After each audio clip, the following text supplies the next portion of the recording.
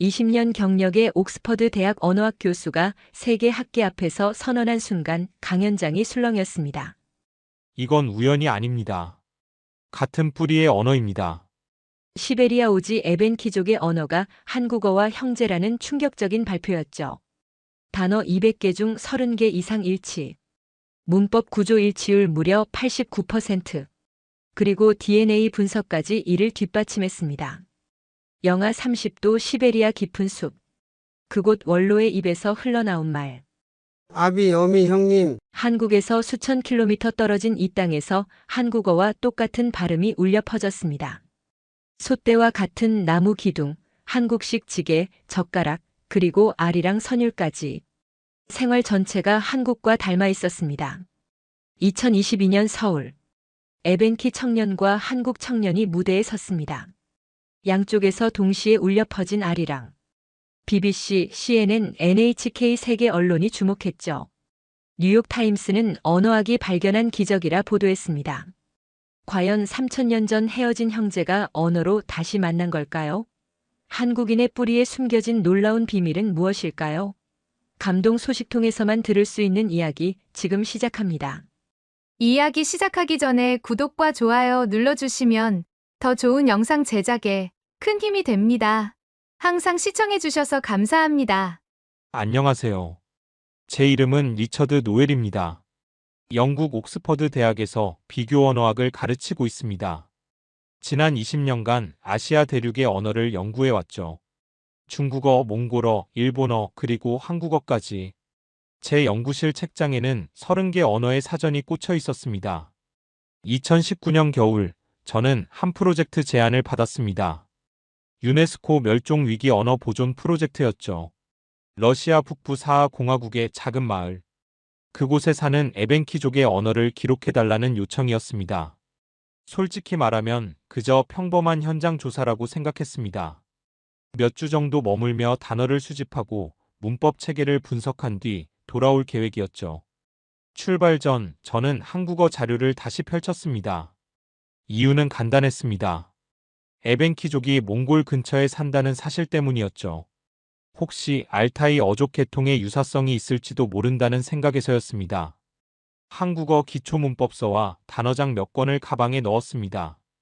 그때만 해도 이 자료가 제 인생을 바꿀 줄은 몰랐습니다. 비행기를 3번 갈아타고 다시 낡은 버스로 8시간을 달렸습니다. 창밖으로 끝없는 설원이 펼쳐졌죠. 나무 한 그루 없는 하얀 지평선. 영하 30도의 추위 속에서 저는 외투깃을 세웠습니다. 마을에 도착했을 때는 이미 해가 지고 있었습니다. 마을 입구에서 저를 맞이한 건 마을 이장이었습니다. 60대로 보이는 그는 두툼한 모피 외투를 입고 있었죠. 통역사가 제 소개를 했고 이장은 고개를 끄덕이며 악수를 청했습니다. 그의 손은 거칠었지만 따뜻했습니다. 그날 저녁 마을 회관에서 환영 만찬이 열렸습니다. 나무 테이블 위에는 생선 요리와 야채 절임이 놓여 있었습니다. 낯선 음식들이었지만 어딘가 익숙한 느낌이었죠. 이장이 술잔을 들고 건배사를 했습니다. 통역사가 저에게 속삭였습니다. 먼 곳에서 온 학자님을 환영한다고 합니다. 식사가 끝나갈 무렵 이장의 어머니로 보이는 할머니 한 분이 방으로 들어오셨습니다. 80대는 되어 보이는 그분은 마을에서 가장 나이가 많은 원로였다고 합니다. 그분이 제 옆에 앉으셨습니다. 주름진 손으로 제 손을 잡으시더니 무언가를 말씀하셨죠. 통역사가 긴장한 표정으로 제게 말했습니다. 할머니께서 선생님께 옛날 이야기를 들려주고 싶다고 하십니다. 저는 고개를 끄덕였습니다. 바로 이런 순간이 언어학자에게는 보물 같은 시간이니까요. 할머니는 천천히 입을 여셨습니다. 낮고 깊은 목소리. 그 첫 마디가 제 귓가에 꽂혔습니다. 옛날 우리 아비가. 저는 숨을 멈췄습니다. 방금 뭐라고 하신 겁니까? 아비? 할머니는 계속 이야기를 이어가셨습니다. 어미가 가르쳐 주신 노래가 있는데. 아비, 어미, 한국어였습니다. 정확히 한국어와 같은 발음이었죠. 저는 가슴이 두근거리기 시작했습니다. 우연일까요? 차용어일까요? 아니면 그날 밤 저는 잠을 이룰 수 없었습니다. 숙소로 돌아온 뒤 가방에서 한국어 사전을 꺼냈습니다. 아버지를 뜻하는 아비, 어머니를 뜻하는 어미, 가장 기본적이고 가장 오래된 단어들. 이런 단어가 우연히 같을 수는 없습니다. 다음 날부터 본격적인 조사가 시작됐습니다. 저는 마을 사람들을 한 명씩 만나기 시작했습니다. 그리고 제가 듣게 된 것들은 제 학문적 상식을 완전히 뒤흔들어 놓았습니다. 수천 킬로미터 떨어진 이 땅에서 한국의 목소리가 들리고 있었습니다. 제 손은 떨렸고 노트는 빠르게 채워져 갔습니다. 이건 단순한 조사가 아니었습니다. 역사가 감춰온 비밀의 문이 열리고 있었습니다. 다음 날 아침, 저는 체계적인 단어 수집을 시작했습니다. 통역사와 함께 마을 곳곳을 돌아다니며 일상 단어들을 물어봤죠. 가족 관계를 나타내는 말부터 시작했습니다. 언어학에서 가장 오래되고 변하지 않는 어휘가 바로 친족 관계 단어니까요. 마을 광장에서 만난 30대 남성에게 물었습니다. 형을 어떻게 부르는지. 그는 주저없이 대답했습니다. 형님이라고 합니다. 저는 노트에 적던 손을 멈췄습니다. 형님. 한국어 그대로였습니다. 우연일 수도 있다고 스스로를 달랬습니다. 하지만 다음 질문의 답은 제 심장을 더 빠르게 뛰게 만들었죠. 누나는 어떻게 부르냐고 물었을 때 그는 이렇게 말했습니다. 누나. 동생은 동생. 발음도 억양도 한국어와 구분할 수 없었습니다. 저는 통역사를 바라봤습니다. 그도 당황한 표정이었죠. 그는 러시아인이었지만 한국어를 조금 알고 있었거든요. 오후에는 다른 가정을 방문했습니다. 50대 여성이 저를 맞이했죠. 저는 질문을 바꿔봤습니다. 몸의 부위를 물어봤습니다. 눈, 코, 입. 이런 단어들은 언어마다 천차만별이니까요. 그런데 그분의 대답은 또다시 저를 놀라게 했습니다. 눈은 눈이었습니다. 귀는 거의 비슷한 발음이었고 이는 이라고 했습니다. 제 노트는 빠르게 채워졌습니다. 단어 옆에는 한국어 대응어를 적었죠. 일치율이 점점 높아졌습니다. 저녁 무렵 저는 마을 학교 건물에 앉아 있었습니다. 오늘 수집한 단어만 80개가 넘었습니다. 그중 15개가 한국어와 발음이 같거나 매우 유사했죠. 우연으로 치부하기엔 너무 많았습니다. 더구나 이건 단순한 단어가 아니었습니다. 아비, 어미, 형님, 누나, 동생. 이 5단어만 봐도 알 수 있었습니다. 가족 관계를 나타내는 가장 핵심적인 어휘였죠. 이런 단어는 다른 언어에서 빌려 쓰지 않습니다. 무역이나 교류로 전파되는 단어도 아닙니다. 이건 뿌리가 같지 않고서는 설명할 수 없는 일치였습니다. 저는 20년간 언어를 연구했습니다. 산스크리트어와 라틴어의 유사성을 알고 있었죠. 인도 유럽어족이라는 거대한 언어 가족을 이해하고 있었습니다. 하지만 한국어와 에벤키어의 관계는 학계에서 한 번도 진지하게 다뤄진 적이 없었습니다. 그날 밤 저는 마을 이장을 다시 찾아갔습니다. 그에게 부탁했죠. 마을의 나이든 어른들을 모두 만나고 싶다고. 그는 흔쾌히 동의했습니다. 이튿날부터 저는 매일 다른 집을 방문했습니다. 70대 할아버지는 사냥 도구 이름을 알려주셨습니다. 활, 화살, 칼. 발음이 한국어와 비슷했습니다. 60대 할머니는 요리 도구를 보여주셨죠. 솥, 그릇, 숟가락. 숟가락은 한국어와 거의 같았습니다. 저는 점점 더 확신하게 됐습니다. 이건 언어 차용이 아니었습니다. 두 언어가 우연히 닮은 것도 아니었죠. 이건 같은 조상 언어에서 갈라져 나온 형제 언어였습니다. 마치 프랑스어와 스페인어가 라틴어에서 갈라진 것처럼요. 하지만 여기엔 하나의 큰 의문이 있었습니다. 한국과 시베리아는 수천 킬로미터 떨어져 있습니다. 어떻게 이렇게 먼 거리에서 같은 언어가 살아남았을까요? 대체 언제 왜 이들은 갈라진 걸까요? 저는 더 깊은 조사가 필요하다는 걸 알았습니다. 단어만으로는 부족했습니다. 문법을 봐야 했죠. 언어의 뼈대인 문법 구조까지 같다면 그건 부정할 수 없는 증거가 될 테니까요. 일주일이 지났습니다. 제 노트는 3권이 됐습니다. 단어 목록은 200개를 넘어섰고 그중 30개 이상이 한국어와 명백한 연관성을 보였습니다.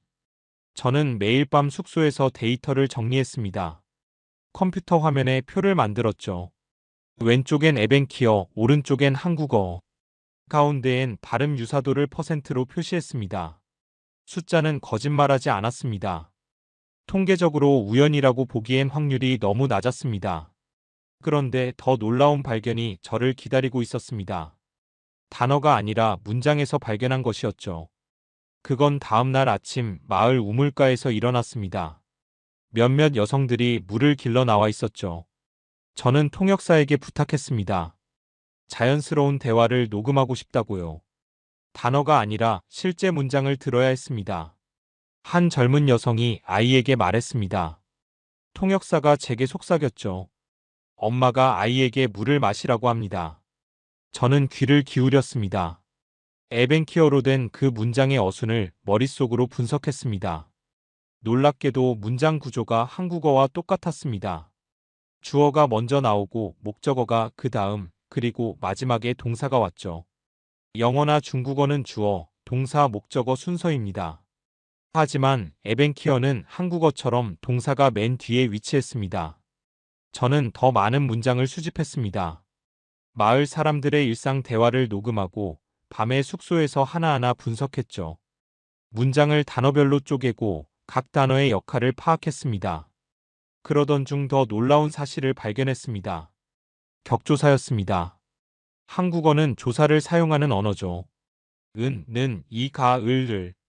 이런 작은 토시들이 문장에서 단어의 역할을 결정합니다. 에벤키어도 마찬가지였습니다. 저는 마을 학교 선생님을 찾아갔습니다. 40대 남성이었는데 에벤키어 문법을 가장 잘 아는 사람이라고 들었거든요. 저는 그에게 문장 구조에 대해 물었습니다. 그는 칠판에 예문을 적어주었죠. 나는 간다. 에벤키어로 쓰인 문장이었지만 구조는 완벽히 한국어였습니다. 나는 가, 니은 다. 주어에 붙는 조사, 동사의 위치, 모든 게 일치했습니다. 저는 다른 예문을 요청했습니다. 그는 또 한 문장을 적었습니다. 물을 마신다는 뜻의 문장이었죠. 역시 어순이 같았습니다. 물, 을, 마시, 니은 다. 목적어 뒤에 붙는 격조사까지 한국어 체계와 동일했습니다. 저는 그날 밤 잠을 설쳤습니다. 단어의 유사성은 차용으로 설명할 수 있습니다. 한 언어가 다른 언어에서 단어를 빌려 쓰는 건 흔한 일이니까요. 하지만 문법은 다릅니다. 문법 구조는 쉽게 바뀌지 않습니다. 수천 년에 걸쳐 형성된 언어의 뼈대니까요. 다음 날부터 저는 문법에 집중했습니다. 격조사만 해도 여러 종류가 있었죠. 주격, 목적격, 여격, 처소격. 하나하나 비교했습니다. 놀랍게도 에벤키어의 격조사 체계가 한국어와 거의 완벽히 대응됐습니다. 더욱 충격적인 건 높임법이었습니다. 한국어는 상대방에 따라 말의 높낮이가 바뀌죠. 존댓말과 반말이 있습니다. 에벤키어도 마찬가지였습니다. 연장자에게 말할 때는 특별한 어미를 사용했고 동년배에게는 다른 형태를 썼습니다. 저는 마을 이장과 그의 아들이 대화하는 걸 관찰했습니다. 아들이 아버지에게 쓰는 말투가 명백히 달랐죠. 문장 끝에 어미가 변했습니다. 이건 단순한 예의가 아니었습니다. 문법적으로 체계화된 높임법이었습니다. 저는 노트를 펼치고 붉은 펜을 들었습니다. 지금까지 발견한 사실들을 정리했죠. 주어, 목적어, 동사 어순, 격조사 체계, 높임법 구조, 그리고 맨 위에 한 줄을 적었습니다. 밑줄을 그었습니다. 이건 차용이 아니었습니다. 같은 뿌리에서 나온 언어였습니다. 저는 컴퓨터 앞에 앉았습니다. 지금까지 수집한 데이터를 엑셀 파일로 정리했죠. 단어 200개, 문장 구조 신개, 격조사 체계 12가지, 높임법 패턴 8가지. 숫자가 말해주고 있었습니다. 통계 프로그램을 돌렸습니다. 두 언어의 유사도를 계산했죠. 결과는 놀라웠습니다. 어휘 일치율 18%, 문법 구조 일치율 89%. 이 정도면 언어학적으로 명백한 친족 관계였습니다. 저는 옥스퍼드에 있는 동료에게 이메일을 보냈습니다. 예비 데이터를 첨부했죠. 그는 다음날 답장을 보냈습니다. 믿을 수 없다는 반응이었습니다. 더 많은 데이터가 필요하다고 했죠. 저도 알고 있었습니다. 아직 증거가 부족했습니다. 하지만 저는 확신했습니다. 여기 시베리아 깊은 곳에 한국어의 형제 언어가 살아 숨쉬고 있었습니다. 수천 년의 시간이 흘렀지만 언어의 뿌리는 여전히 같았습니다. 그런데 언어만이 아니었습니다. 다음 날 제가 본 것은 언어를 넘어선 문화의 일치였습니다. 그건 마을을 걷다가 우연히 발견한 것이었죠. 이틀 뒤 저는 마을 외곽을 산책하고 있었습니다. 언어 조사에 지친 머리를 식히려고요. 눈 덮인 길을 걷다가 마을 입구 쪽으로 향했습니다. 그리고 거기서 저는 멈춰 섰습니다. 나무 기둥이 하나 서 있었습니다. 높이는 2미터쯤 됐죠. 꼭대기에는 새 한 마리가 조각돼 있었습니다. 까마귀였습니다. 날개를 펼친 형상이었죠. 저는 그 기둥을 올려다봤습니다. 한국에서 본 적이 있었습니다. 솥대라고 불리는 것이었죠. 마을 입구에 세워서 애군을 막고 복을 기원하는 전통 신앙물. 형태도 위치도 용도도 똑같았습니다. 저는 사진을 찍었습니다. 한국의 솥대 사진과 나란히 놓으면 구분이 안 될 정도였습니다.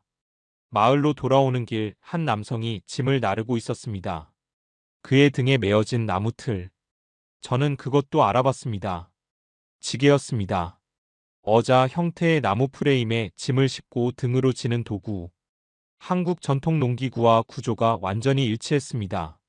저는 그에게 다가가 물었습니다. 통역사가 질문을 전했죠. 언제부터 저런 도구를 써왔냐고.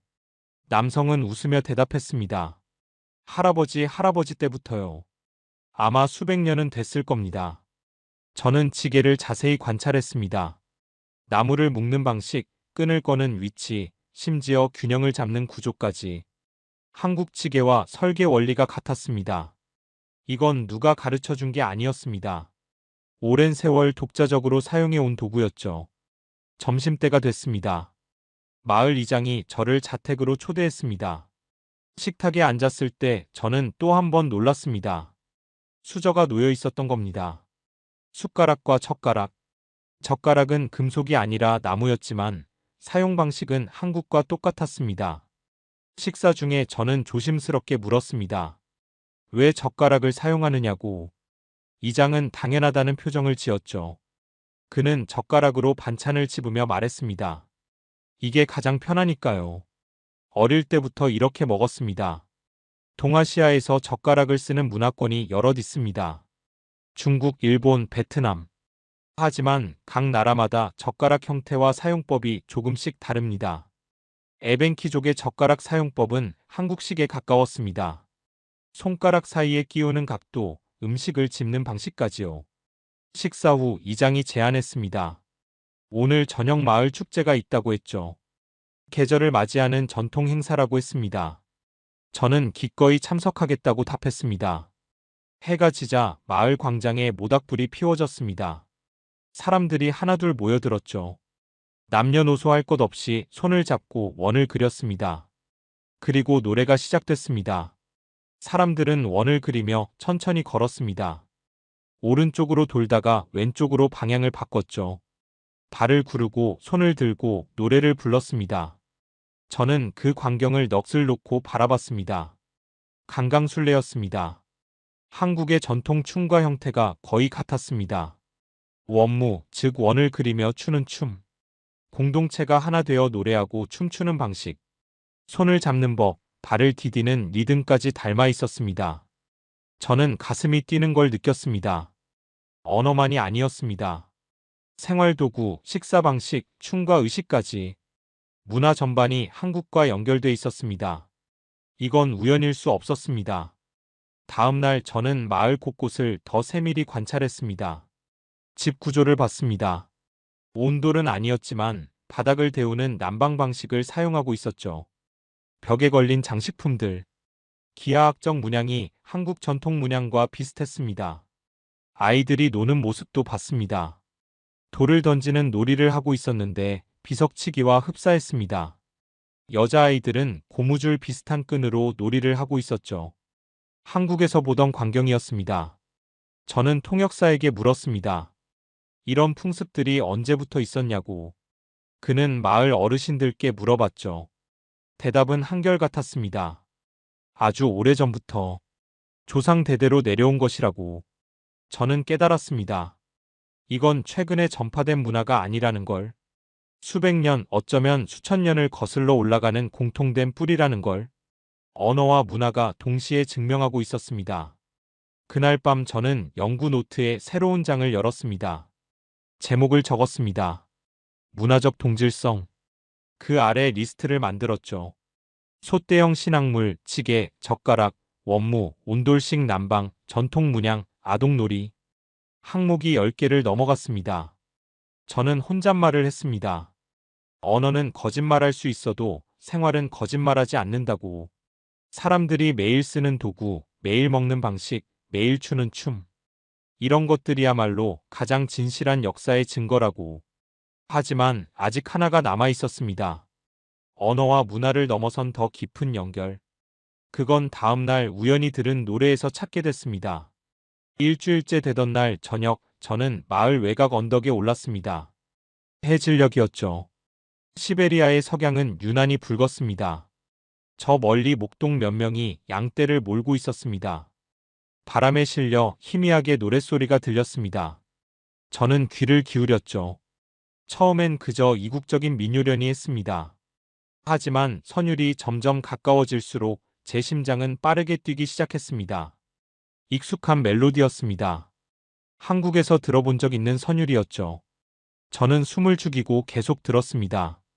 목동들이 가까이 왔을 때 저는 확신할 수 있었습니다. 아리랑이었습니다. 정확히 한국의 아리랑과 같지는 않았습니다. 박자가 조금 느렸고 가사도 달랐죠. 하지만 음계와 선율의 흐름이 놀라울 정도로 비슷했습니다. 저는 목동들에게 다가갔습니다. 통역사를 통해 물었습니다. 저 노래가 무슨 노래냐고. 가장 나이 많은 목동이 대답했습니다. 고향을 그리워하는 노래라고 했습니다. 조상들이 부르던 옛 노래라고 했죠. 저는 더 자세히 물었습니다. 노래의 의미가 뭐냐고. 그는 잠시 생각하더니 말했습니다. 먼 곳에서 온 우리 조상들이 그리워하던 땅에 대한 노래입니다. 저는 온몸에 전율이 흘렀습니다. 한국의 아리랑도 그런 의미를 담고 있습니다. 고향에 대한 그리움, 이별의 애환, 먼 곳을 향한 동경. 선율뿐 아니라 노래의 정서까지 같았던 겁니다. 저는 그들에게 부탁했습니다. 다시 한번 불러달라고. 녹음을 해도 되겠냐고. 목동들은 흔쾌히 동의했습니다. 저는 녹음기를 꺼내 들었죠. 석양빛 아래서 3명의 목동이 노래를 시작했습니다. 저는 눈을 감고 들었습니다. 선율이 흘러갔습니다. 장단이 반복됐죠. 후렴구 같은 부분이 나올 때마다 세 사람의 목소리가 하나로 합쳐졌습니다. 저는 한국에서 들은 아리랑을 떠올렸습니다. 서울에서 열린 한 학술 세미나에서 국악 공연이 있었죠. 그때 들은 선율과 지금 여기서 듣는 선율. 수천 킬로미터 떨어진 두 장소에서 같은 정서가 울려 퍼지고 있었습니다. 녹음이 끝났습니다. 저는 목동들에게 감사 인사를 했습니다. 숙소로 돌아와 저는 곧바로 파일을 분석했습니다. 음악 분석 프로그램을 열었죠. 주파수와 음계를 시각화했습니다. 그래프가 화면에 나타났습니다. 저는 한국 아리랑 음원 파일도 불러왔습니다. 두 파일을 나란히 놓고 비교했죠. 음계 구조가 유사했습니다. 특히 오음계 체계가 거의 일치했습니다. 다음 날 저는 마을 어르신들을 다시 찾아갔습니다. 다른 전통 노래도 있는지 물었죠. 70대 할머니 한 분이 자장가를 불러주셨습니다. 아기를 재울 때 부르는 노래라고 했습니다. 그 자장가도 한국의 전통 자장가와 비슷한 느낌이었습니다. 느린 박자, 반복되는 선율, 부드러운 음색. 아기를 달래는 어머니의 마음은 동서고금이 같지만 선율의 유사성은 그 이상이었습니다. 저는 마을 회관으로 갔습니다. 거기서 청년 몇 명을 만났죠. 그들에게도 물었습니다. 젊은 세대도 이런 노래를 아느냐고. 한 청년이 대답했습니다. 할머니께 배웠습니다. 잊지 말라고 하셨어요. 노래는 단순한 오락이 아니었습니다. 구전 전통이었죠. 글자가 없던 시대, 조상들은 노래로 역사를 전했습니다. 노래로 정체성을 지켰습니다. 에벤키족도 마찬가지였습니다. 저는 일주일 동안 여러 노래를 수집했습니다. 총 20곡이 넘었죠. 그중 5곡은 한국 민요와 명백한 유사성을 보였습니다. 선율뿐 아니라 장단과 정서까지요. 저는 연구 노트에 적었습니다. 노래는 언어보다 오래 살아남는다고. 사람들은 말을 바꿀 수 있어도 노래는 쉽게 바꾸지 못한다고. 선율은 DNA처럼 세대를 건너 전달된다고. 그날 밤 저는 녹음 파일들을 반복해서 들었습니다.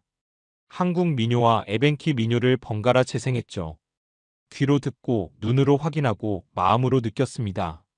이건 부정할 수 없는 연결이었습니다. 노래가 증언하고 있었습니다. 언어가 증명했고 문화가 뒷받침했고 이제 노래가 확인시켜주고 있었습니다. 한국과 에벤키 두 민족은 같은 뿌리에서 왔습니다. 하지만 학자로서 저는 더 확실한 증거가 필요했습니다. 언어학, 문화 인류학, 민속학을 넘어선 생물학적 증거. 바로 DNA였습니다. 그리고 그 답을 얻게 되는 건 시간 문제였습니다. 2주째가 되었을 때 저는 옥스퍼드 대학 유전학과에 연락했습니다. 제 오랜 동료인 유전학자가 있었죠. 저는 그에게 상황을 설명했습니다. 언어와 문화의 유사성만으로는 부족하다고 했습니다. 생물학적 증거가 필요하다고요. 그는 흔쾌히 동의했습니다. DNA 샘플을 보내면 분석하겠다고 했죠. 저는 마을 이장을 찾아갔습니다. 조심스럽게 제안했습니다. 유전자 검사를 해볼 수 있겠냐고. 이장은 잠시 고민했습니다. 마을 어른들과 상의하겠다고 했죠. 사흘 후 답이 왔습니다. 마을 사람들이 동의했다고 합니다. 자신들의 뿌리가 궁금하다고 했습니다.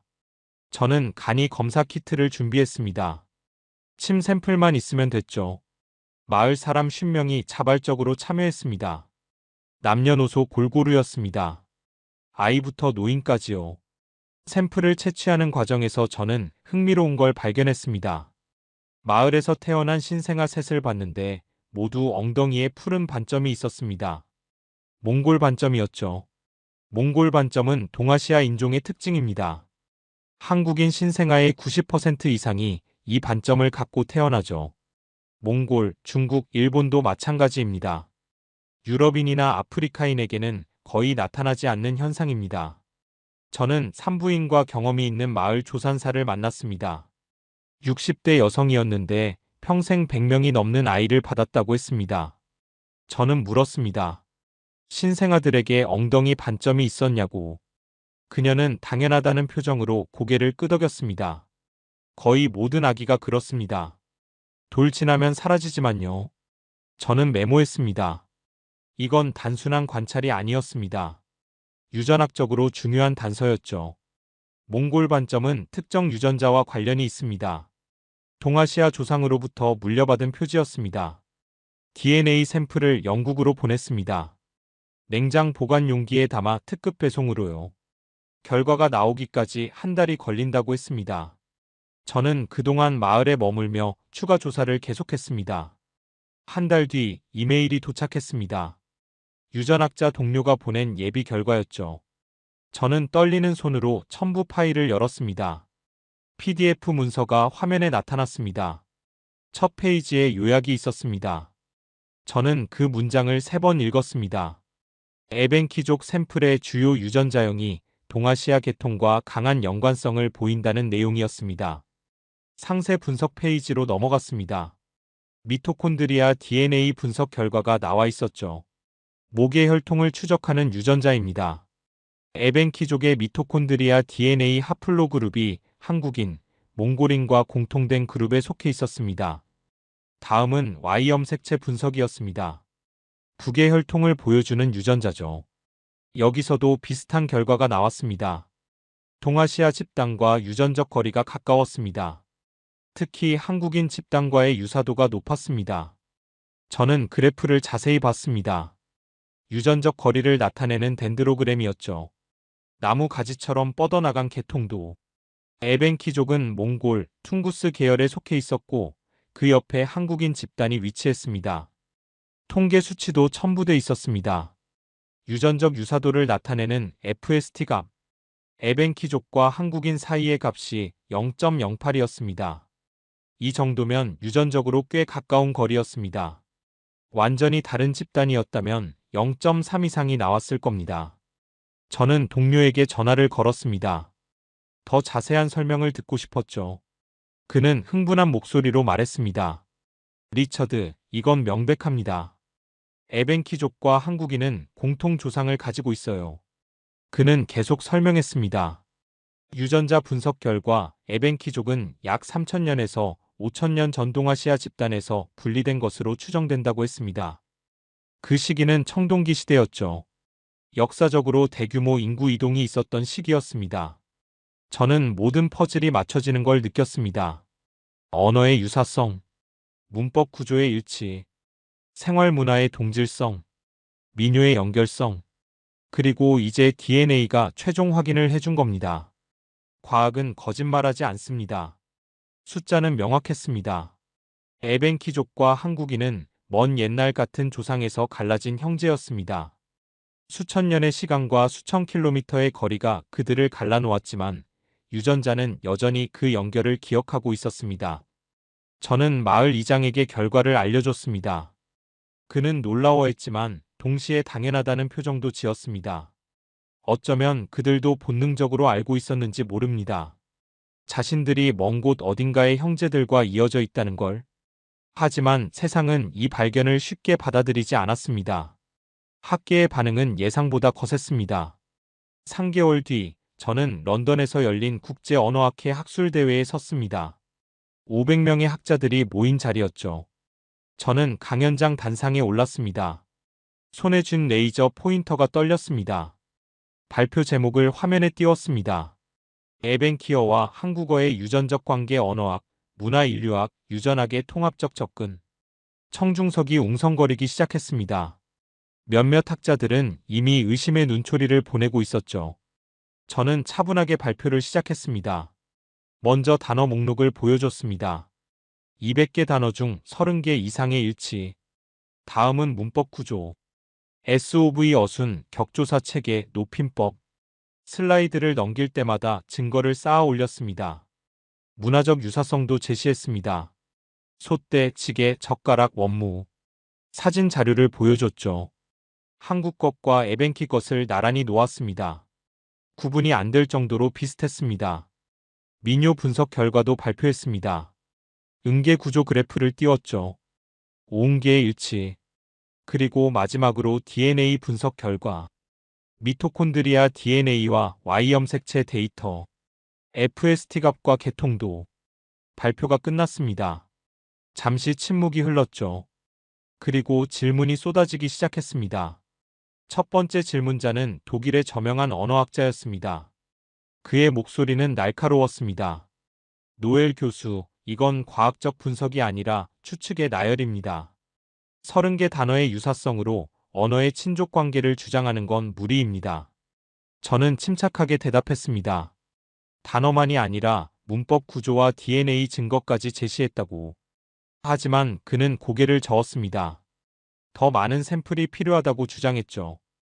두 번째 질문자는 러시아 학자였습니다. 그는 더 직설적이었습니다. 이런 주장은 민족주의적 편견에서 비롯된 겁니다. 과학이 아니라 선동입니다. 청중석이 또 웅성거렸습니다. 몇몇은 고개를 끄덕였고 몇몇은 눈살을 찌푸렸습니다.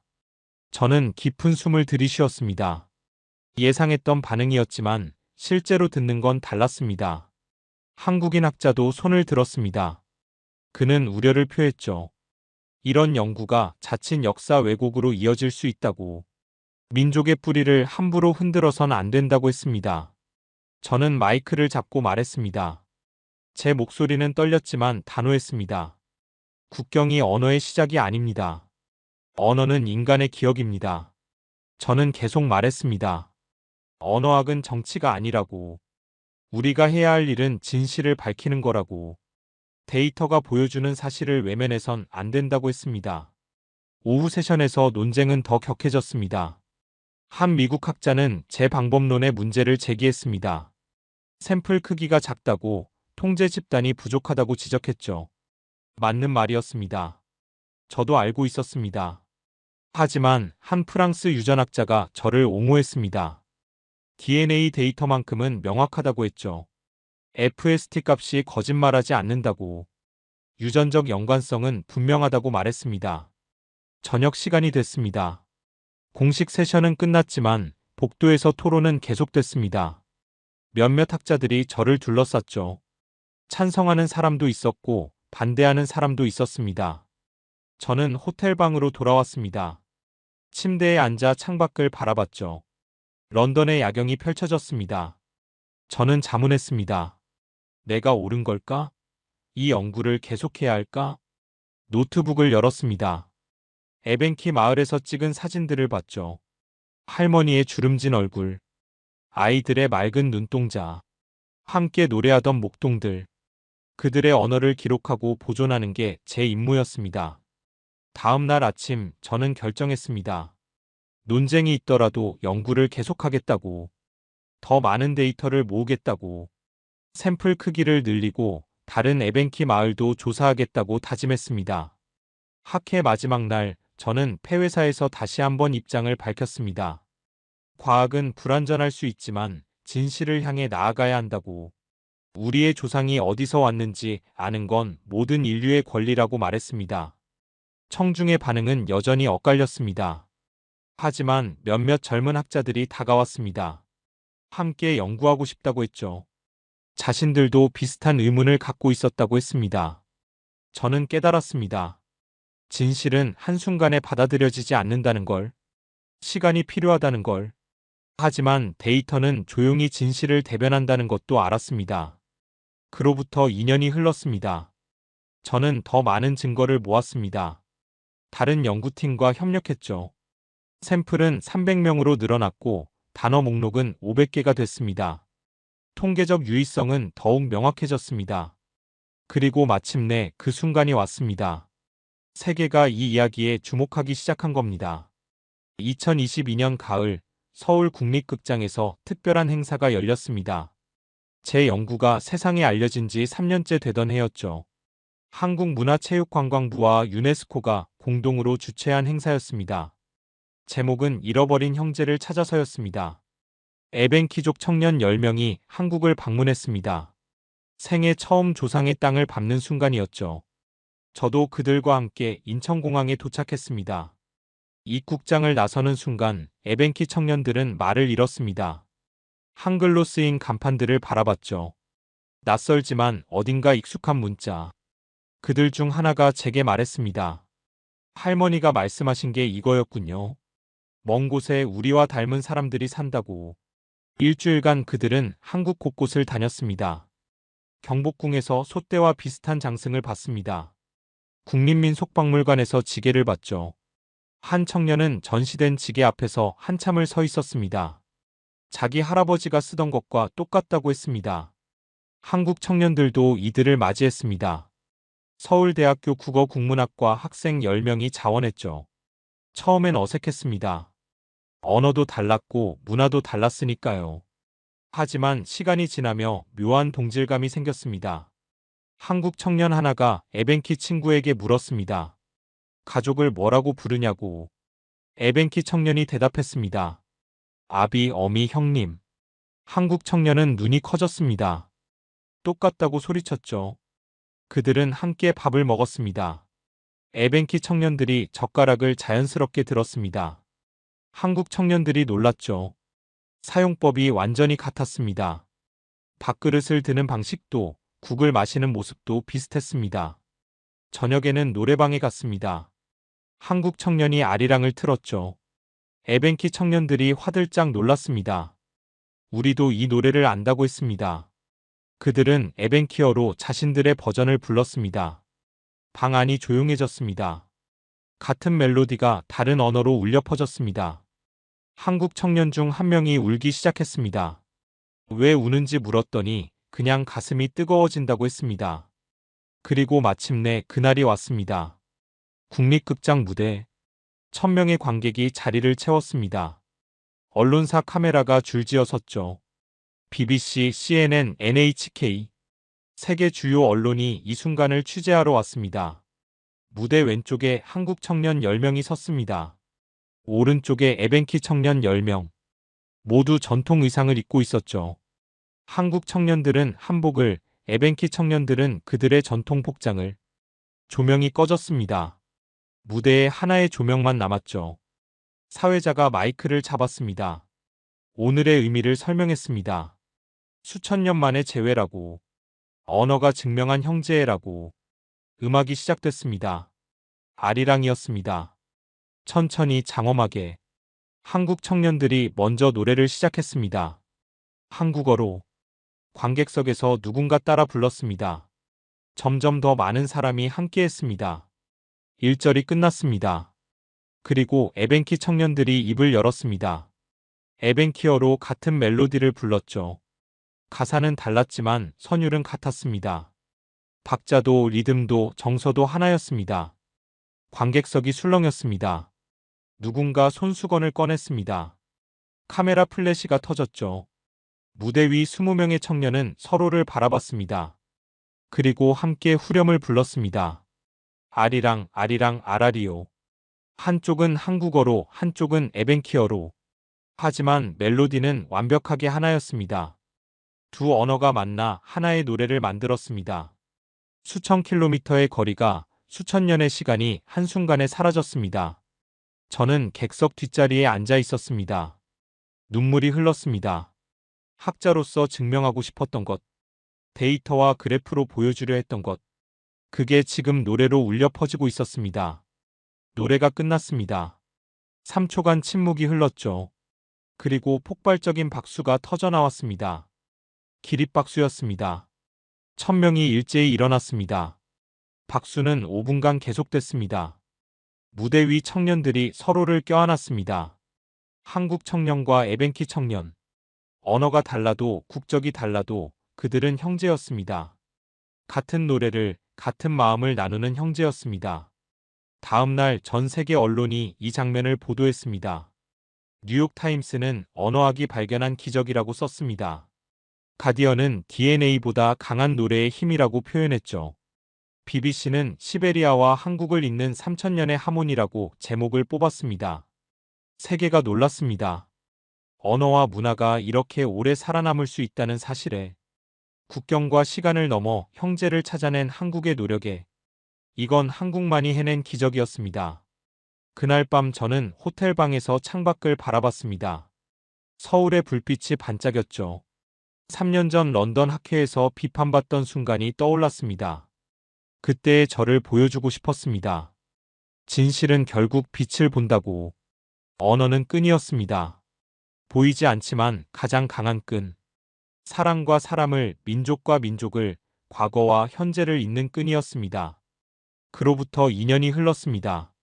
2024년 여름, 저는 다시 시베리아 에벤키 마을을 찾았습니다. 5년 만에 재방문이었죠. 마을은 많이 달라져 있었습니다.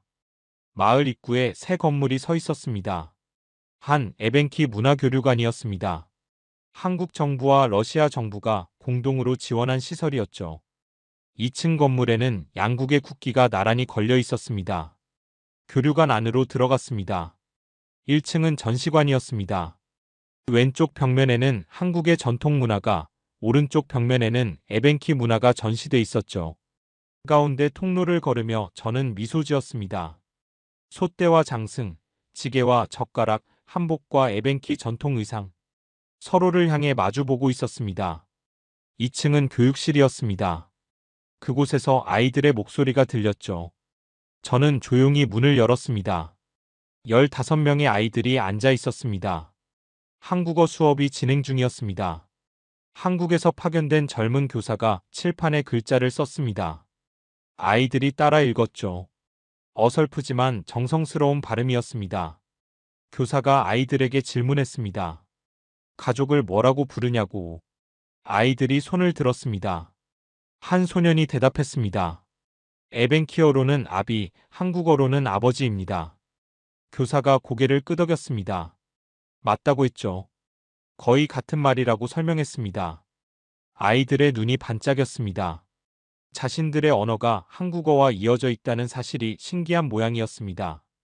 수업이 끝나고 저는 교사와 이야기를 나눴습니다. 그녀는 서울에서 온 26살 청년이었죠. 자원봉사로 1년째 이곳에서 한국어를 가르치고 있다고 했습니다. 그녀가 말했습니다. 아이들이 빨리 배운다고. 단어를 가르치면 금방 외운다고 했죠. 왜냐하면 자기들 언어와 비슷한 게 많아서라고. 문법도 똑같아서 이해가 빠르다고 했습니다. 저는 교류관 관장을 만났습니다. 에벤키족 출신의 50대 남성이었죠. 그는 저를 반갑게 맞이했습니다.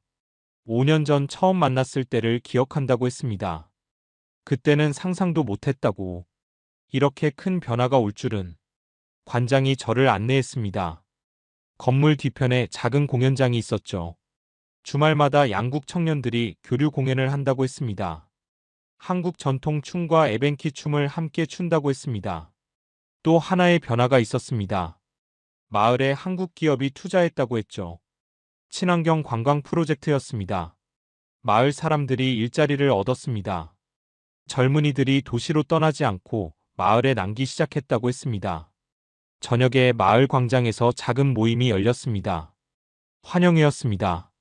저를 위한 자리였죠. 마을 사람들이 모였습니다. 5년 전 제가 인터뷰했던 분들도 계셨습니다. 그때 할머니가 제 손을 잡았습니다. 5년 전 첫날 밤 아비, 어미라고 말씀하셨던 그분이었죠. 그분은 이제 85세였습니다. 주름이 더 깊어졌지만 눈은 여전히 맑았습니다. 할머니가 제게 말씀하셨습니다. 통역사가 전해줬죠. 선생님이 우리 조상의 목소리를 찾아주셨어요. 이제 우리는 혼자가 아닙니다. 저는 할머니의 손을 꼭 잡았습니다. 말문이 막혔습니다. 학자로서 데이터를 수집하고 논문을 쓰는 일, 그게 전부라고 생각했습니다. 하지만 아니었습니다. 제 연구가 사람들의 삶을 바꿨습니다. 정체성을 되찾게 해줬습니다. 모닥불이 피워졌습니다. 사람들이 원을 그렸죠. 노래가 시작됐습니다. 이번엔 한국어와 에벤키어를 섞어서 불렀습니다. 젊은이들이 양쪽 언어를 다 배웠기 때문이었습니다. 저는 그 원 안에 함께 섰습니다. 손을 잡고 함께 걸었죠. 노래를 따라 불렀습니다. 서툴렀지만 마음을 담았습니다. 5년 전 처음 이 마을에 왔을 때는 이방인이었습니다. 이제는 가족이었습니다. 다음 날 아침 저는 마을을 떠나기 전 교류관에 다시 들렀습니다. 방명록에 한 줄을 적었습니다. 민족의 이름은 달라도 뿌리는 하나. 제 서명을 남겼습니다. 공항으로 가는 버스 안에서 창밖을 바라봤습니다. 하얀 설원이 펼쳐졌죠. 5년 전 처음 봤을 때와 똑같은 풍경이었습니다. 하지만 제 마음은 달랐습니다. 이제 이곳은 낯선 땅이 아니었습니다. 한국과 이어진 땅이었습니다. 런던으로 돌아온 후 저는 새로운 프로젝트를 시작했습니다. 에벤키어 한국어 사전 편찬이었죠. 양국 학자들이 협력했습니다. 500개였던 단어 목록이 이제 3,000개가 됐습니다. 2026년 출판을 목표로 하고 있습니다. 대학에서 강의할 때마다 저는 학생들에게 말합니다. 언어는 단순한 의사소통 도구가 아니라고. 언어는 역사이고 문화이고 정체성이라고. 그리고 언어는 끈이라고 말합니다. 보이지 않지만 가장 강한 끈. 시간을 넘어 공간을 넘어 사람들을 이어주는 끈. 한국과 에벤키가 바로 그 증거라고 말합니다. 수천 년의 세월과 수천 킬로미터의 거리를 뛰어넘어 언어가 그들을 다시 만나게 해줬다고. 이제 저는 여러분께 묻고 싶습니다. 당신의 마음속에도 잊힌 언어가 있습니까? 당신의 조상이 불렀던 노래, 당신의 할머니가 쓰시던 말. 그 속에 어쩌면 당신도 모르는 또 다른 형제가 숨어 있을지 모릅니다. 언어는 끈입니다. 그 끈을 놓치지 마세요. 당신의 뿌리를 기억하세요. 그리고 먼 곳 어딘가에서 같은 노래를 부르는 형제가 있다는 걸 잊지 마세요.